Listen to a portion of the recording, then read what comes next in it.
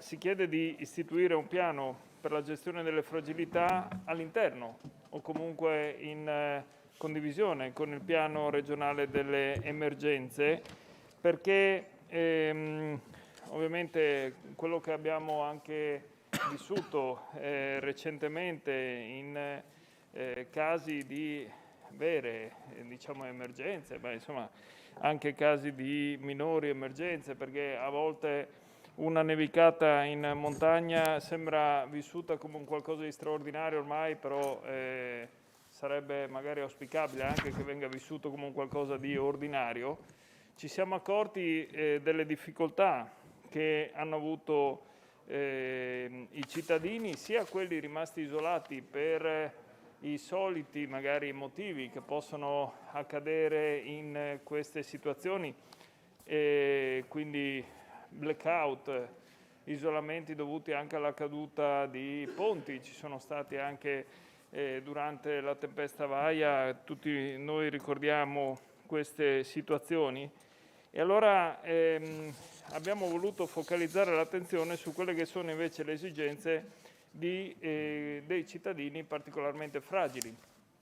che possono avere delle esigenze particolari che non per forza devono riguardare solamente cittadini e persone con disabilità, ma che possono avere esigenze di ogni tipo. E siccome rispetto a quelli che erano anche gli interventi che ci sono stati, sia di pulizia delle strade, pulizia di infrastrutture, la necessità anche di mettere in sicurezza alcune parti di alcuni territori e di alcuni comuni piuttosto che altri, è ovvio che si fanno delle scelte, però riteniamo che sia doveroso che ci sia un occhio veramente di riguardo a far sì che tutte le persone possano, in caso di vere emergenze, essere raggiungibili. E lei stamattina, Presidente, diceva a qualche collega di non fare riferimento a segnalazioni o casi particolari. Qui non è che ci sono segnalazioni, valgono ovviamente anche episodi che sono stati riportati dalla stampa, in cui persone effettivamente anche di una certa età, a seguito di un malore, non sono state soccorse nei tempi dovuti ovviamente agli interventi, perché le loro strade magari erano ancora piene di neve, perché ovviamente se nessuno va a toglierla per tempo, o se nessuno anche predispone magari l'utilizzo del sale, dei mezzi spargisale su quelle strade, effettivamente ci può essere una difficoltà. A volte sono strade private e magari si può capire il motivo del non intervento anche da parte del pubblico, a volte sono strade ovviamente pubbliche, il che rimane ancora più incomprensibile come sia stato possibile. Comunque, senza entrare nel merito di quello che ovviamente succede in tutte queste emergenze, noi abbiamo voluto presentare questa mozione in totale ovviamente spirito costruttivo e collaborativo, proprio per cercare di dare una risposta a queste persone. E io ricordo anche un caso particolare che noi abbiamo anche cittadini che sono anche assistiti a domicilio e sono magari dipendenti anche da macchine e da macchine per poterli poi assistere ovviamente, e tante volte magari in caso di blackout ci sono dei problemi anche per queste situazioni e bisogna ovviamente interagire. A me, lo dico, mi dispiace non ci sia l'assessore Riccardi, perché prima si ricordavano i vari comuni da dove preveniamo noi. Io voglio ricordare che il comune di Tavagnacco, con la propria protezione civile nell'emergenza Covid, ha istituito un servizio dove c'è un'interfaccia diretta della protezione civile con le persone, ed è la protezione civile a chiamare a casa delle persone che possono avere delle esigenze. Ecco, a me piacerebbe che questo si potesse fare ovviamente a livello generale, perché come ricordavamo in un comunicato stampa che poi di fatto annunciava questa mozione, credo che sia opportuno talvolta anche solo una telefonata a casa di quelle persone per chiedere se hanno bisogno di esigenze particolari da soddisfare oppure se sia diciamo tutto a posto. Quello è un esempio sicuramente virtuoso della nostra protezione civile e diciamo, secondo noi sarebbe opportuno appunto far sì che questo avvenga in tutta la regione. Chiudo con il secondo punto della mozione, laddove si ricorda una volta di più, cosa che abbiamo fatto spesso e volentieri, ma vedo che ancora non prende piede il tutto, il fatto che nella nostra regione c'è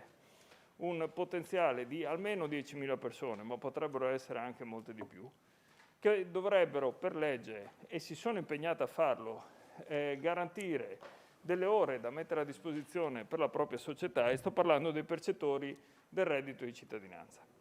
Allora, queste persone, ripeto, per ricevere il reddito di cittadinanza si sono impegnate con la comunità a mettere a disposizione proprie ore, diciamo, nell'arco della giornata per poter proprio aiutare la comunità a fronteggiare alcune situazioni che evidentemente da sola non riesce a fronteggiare. E tutto questo è previsto con l'attivazione dei progetti utili alla collettività, che sono quelli di cui l'assessore Roberti sa, perché ne aveva parlato anche nella scorsa legge di stabilità, e che potrebbero sicuramente servire. Ma da concludere. Arrivo, Presidente, grazie. In queste diciamo, situazioni per cui il secondo punto c'è proprio magari un'attenzione particolare anche a questi aspetti che, come detto, possono sicuramente aiutare le nostre comunità e i nostri cittadini. Grazie. La conclusione anticipo subito che sarà un accoglimento della mozione, quindi leggo anche le motivazioni per cui, che mi sono state preparate dall'assessore Riccardi. Con la mozione in argomento gli estensori invitano la Giunta regionale ad integrare il punto primo, ad integrare il piano regionale delle emergenze di protezione civile con un piano operativo per la gestione delle fragilità, al fine di garantire l'assistenza e i necessari interventi a tutti i cittadini, anche in collaborazione con i servizi sociali dei comuni e di tutti i soggetti che intervengono durante le fasi emergenziali di soccorso. Al punto numero 2, a valorizzare il ruolo di volontariato spontaneo, il ruolo dei precettori di reddito di cittadinanza nella gestione delle emergenze in collaborazione con gli enti locali. In condizioni di emergenza tali da comportare difficoltà per i cittadini portatori di diversità o fragilità. In particolare si fa riferimento agli eventi emergenziali di tipo nevoso, che per la loro natura comportano particolari difficoltà nella mobilità delle persone con difficoltà, senza tuttavia riservare a tale specifico scenario l'attenzione. Si ricorda in tal senso che il Piano Comunale di Protezione Civile si pone con lo specifico obiettivo, come ricordato nella mozione, di tutelare la salute umana e i beni, come declinato dall'articolo 2 del Codice della Protezione Civile e dell'articolo 1 della Legge regionale 64 del 1986. L'amministrazione regionale assume a propria rilevante funzione quella di coordinamento di tutte le misure organizzative e di tutte le azioni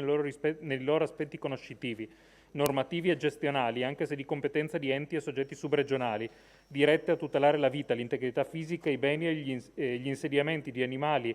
e gli ambienti dai danni e dal pericolo di danni derivanti da eventi calamitosi di origine naturale o derivanti dall'attività dell'uomo e che per loro natura o estensione debbano essere fronteggiate con misure straordinarie nonché a garantire il tempestivo soccorso. In tal senso l'articolo 5 della stessa legge regionale 64 del 96 definisce le attività o azioni di previsione o prevenzione di livello secondario, riguardano l'approntamento dei mezzi e misure della rapida individuazione delle situazioni o di eventi in genere, di cui all'articolo 1, primo comma, ai fini dell'attivazione delle aree e tempestività ed efficienza delle necessarie opere di soccorso all'atto o immediatamente dopo il verificarsi degli eventi predetti. Secondo tale direttiva, i piani comunali di protezione civile, declinati secondo le direttive impartite dagli organi nazionali, definiscono le linee di azione finalizzate in particolare alla tutela della vita umana e all'assistenza dei cittadini, in particolare con le funzioni di sanità, assistenza sociale e veterinaria ed assistenza alla popolazione, che confluiscono nel Comitato Operativo Comunale, la COC, quale organo di gestione dell'emergenza coordinato dal sindaco. Infatti il sindaco, supportato dalle strutture comunali, predispone l'organizzazione e la gestione di servizi di pronto intervento da integrare con quelli di aree più vaste attraverso la programmazione, piano comunale di protezione civile, delle azioni atte a tutelare i cittadini e i beni del proprio territorio con il supporto di tutte le forze necessarie comunali, regionali e nazionali in relazione alla gravità dell'evento.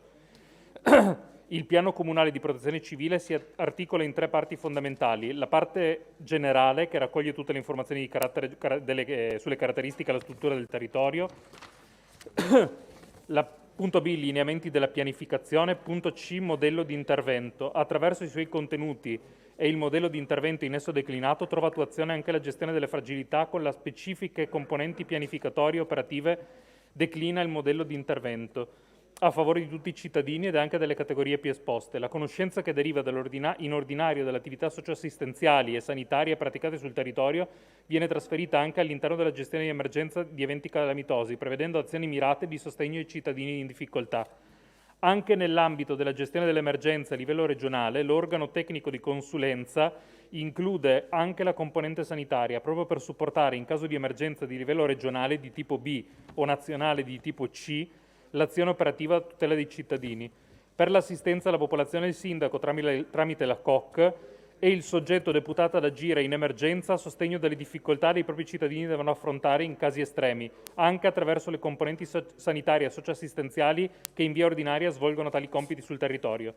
Qualora tali componenti non siano in grado di garantire l'azione necessaria, il sindaco può avvalersi delle altre componenti interne, in particolare del gruppo comunale di protezione civile, o richiedere il supporto di componenti sovracomunali o specialistiche secondo le necessità. In tal caso, a supporto del sindaco potranno essere indirizzate altre risorse specialistiche disponibili nel sistema regionale di protezione civile, tra le quali le associazioni di volontariato del settore sanitario, che in generale risultano essere quelle maggiormente vocate al sostegno necessario qui richiesto. Per quanto rapportato in merito all'impiego dei percettori di reddito di cittadinanza, si rappresenta come la materia afferisca ad un ambito che esula dalle specifiche competenze in materia di protezione civile. Infatti, la disciplina del reddito di cittadinanza prevede che per il cittadino l'inserimento in una procedura atta a garantire l'inserimento o il reinserimento lavorativo e sociale del beneficiario. Il percettore deve quindi attivarsi partecipando ad un percorso personalizzato che può comprendere le attività formative o per la qualificazione professionale, opportunità professionali e la partecipazione ad attività a servizio della comunità. Tale percorso è definito dai centri per l'impiego, che sono deputati all'offerta formativa e di lavoro indirizzata alla ricollocazione all'interno del mondo del lavoro dei cittadini. Si deve pertanto considerare che l'impiego dei percettori di reddito di cittadinanza non possa trovare agevole risorsa in situazioni di emergenza laddove la competenza, l'appartenenza ad un'organizzazione formata e la pronta disponibilità è un requisito essenziale nel concorrere al superamento di un'emergenza. Per concludere, si coglie favorevolmente la mozione proposta che ritiene utile l'avvio di un percorso di costruzione di un piano operativo specifico di indirizzo per l'attuazione delle linee guida dei piani di emergenza, in sinergia con la Direzione Centrale Salute, Politiche Sociali, Disabilità, specificatamente nella componente in materia dell'assistenza sociosanitaria, a supporto del sistema regionale di protezione civile per il miglioramento della risposta dell'emergenza, ovviamente escludendo quella parte, come ricordavo nell'appunto, che riguarda il percettore di reddito di cittadinanza. Allora porrei in votazione la mozione 223, istituire un piano per la gestione delle fragilità nel piano regionale delle emergenze, a firma Sergo, Capozzela, D'Alzovo, Ussai. Aperta la votazione. Chiusa la votazione, mozione approvata.